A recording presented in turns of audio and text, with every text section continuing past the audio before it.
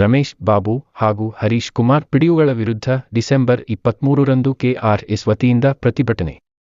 ಬಂಗಾರಪೇಟೆ, ಕೋಲಾರ ತಾಲೂಕಿನ ವಡಗೂರು ಹಾಗೂ ಹೊನ್ನೇನಹಳ್ಳಿ ಗ್ರಾಮ ಪಂಚಾಯಿತಿ ಪಿಡಿಒಗಳಾದ ರಮೇಶ್ ಬಾಬು ಹಾಗೂ ಹರೀಶ್ ಕುಮಾರ್ ಅವರುಗಳು ಪಂಚಾಯಿತಿ ವ್ಯಾಪ್ತಿಯಲ್ಲಿ ಮಾಡಿರುವ ಭ್ರಷ್ಟಾಚಾರ ಲೋಕಾಯುಕ್ತ ತನಿಖೆ ನಡೆಸಬೇಕು ಎಂದು ಕರ್ನಾಟಕ ರಿಪಬ್ಲಿಕನ್ ಸಂಘಟನೆ ವತಿಯಿಂದ ಡಿಸೆಂಬರ್ 23ನೇ ತಾರೀಕು ಕೋಲಾರ ತಾಲೂಕು ಪಂಚಾಯಿತಿ ಕಚೇರಿ ಮುಂಭಾಗ ಪ್ರತಿಭಟನೆ ನಡೆಸಲಾಗುವುದು ಎಂದು ಸಂಘಟನೆ ಸಂಸ್ಥಾಪಕರ ಅಧ್ಯಕ್ಷ ಬನಹಳ್ಳಿ ಜಿ.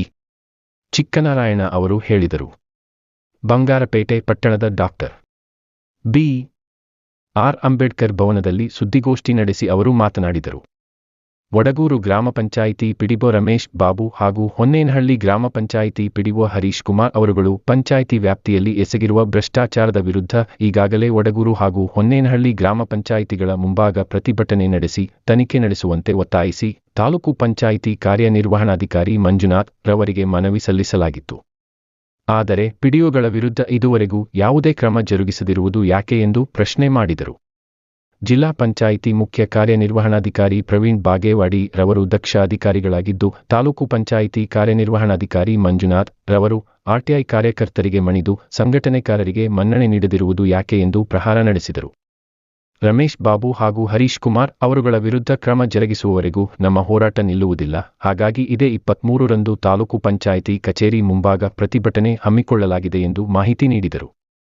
ಸುದ್ದಿಗೋಷ್ಠಿಯಲ್ಲಿ ಸಂಘಟನೆ ಕಾರ್ಮಿಕ ಘಟಕದ ರಾಜ್ಯಾಧ್ಯಕ್ಷ ರಾಮಚಂದ್ರ, ರಾಜ್ಯ ಪ್ರಧಾನ ಕಾರ್ಯದರ್ಶಿ ಪಿ. ನಾರಾಯಣ, ರಾಜ್ಯ ಸಂಘಟನಾ ಕಾರ್ಯದರ್ಶಿ ವಿ. ಮಂಜುನಾಥ್, ಜಿಲ್ಲಾಧ್ಯಕ್ಷ ಅಮರೇಶ್ ಇದ್ದರು.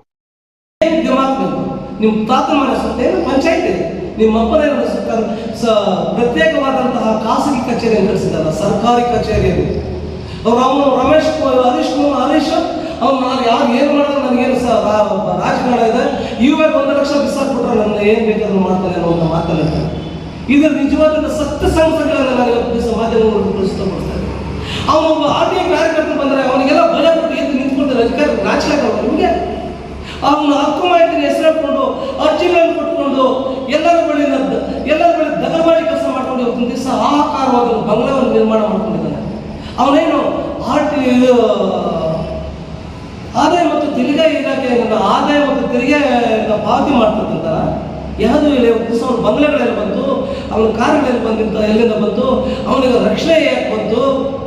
ಇಂಥ ಒಬ್ಬ ಅಲಂಕೋರ ಒಬ್ಬ ಆರ್ಟಿಐ ಕಾರ್ಯಕರ್ತರಿಗೆ ಇರ್ತಕ್ಕಂಥ ಬೆಲೆ ಹೋರಾಟಗಾರರಿಲ್ಲ. ಇನ್ನು ಯಾಕೆ ಅವ್ನು ರಕ್ಷಣೆ ಕೊಡ್ತಾ ಇದ್ದೀರಾ?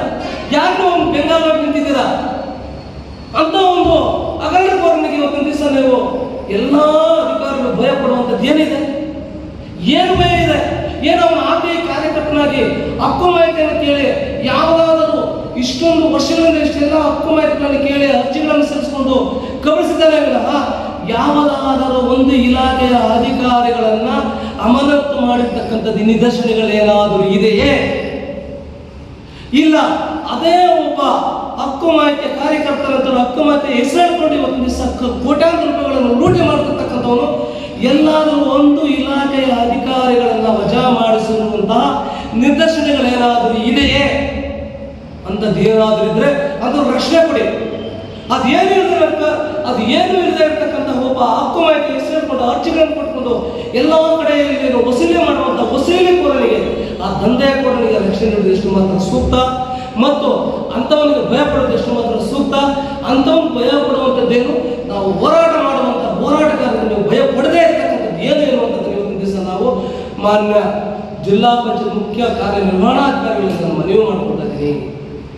ವಡಗೂರು ಗ್ರಾಮ ಪಂಚಾಯತಿ ರಮೇಶ್ ಬಾಬು ಅವರನ್ನ ಮತ್ತು ಹೊನ್ನೇನಹಳ್ಳಿ ಗ್ರಾಮ ಪಂಚಾಯತಿಯಲ್ಲಿ ಕಾರ್ಯನಿರ್ವಹಿಸಿದ ಹರೀಶ್ ರವರ ವಿರುದ್ಧ ಶಿಸ್ತಿನ ಕ್ರಮ ಕೈಗೊಳ್ಳುವ ತನಕ ನಮ್ಮ ಅನಿರ್ದಿಷ್ಟಾವಧಿ ಧರಣಿಯನ್ನ ಕೋಲಾರ ತಾಲೂಕು ಕಚೇರಿಯ ತಾಲೂಕು ಪಂಚಾಯತಿ ಕಾರ್ಯನಿರ್ವಹಣಾಧಿಕಾರಿಗಳ ಕಚೇರಿಯ ಮೂಲಕ ನಾವು ಅನಿರ್ದಿಷ್ಟಾವಧಿ ಧರಣಿಯನ್ನು ಹಮ್ಮಿಕೊಳ್ತಾ ಇದ್ದೇವೆ.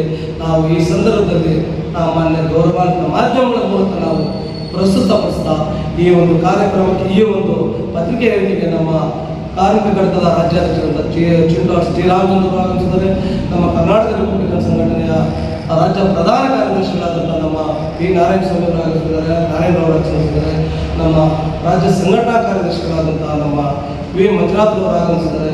ಮತ್ತು ಇದಕ್ಕಿಂತ ಇದನ್ನೆಲ್ಲ ಉಸ್ತುವಾರಿ ವಹಿಸಿ ಹೋರಾಟಕ್ಕೆ ಮುಂದಾಗಿರ್ತಕ್ಕಂಥ ನಮ್ಮ ಜಿಲ್ಲಾಧ್ಯಕ್ಷರು ಅವರ ನೇತೃತ್ವದಲ್ಲಿ ಅನಿರ್ದಿಷ್ಟಾವಧಿ ಧರಣಿಯನ್ನು ನಾವು ನಿಗದಿಪಡಿಸಿದ್ವಿ.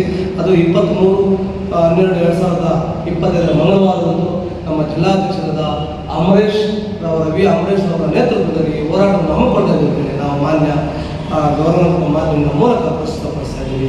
ಜೈ ಹಿಂದ್, ಜೈ ಭೀಮ್, ಜೈ ಕರ್ನಾಟಕ.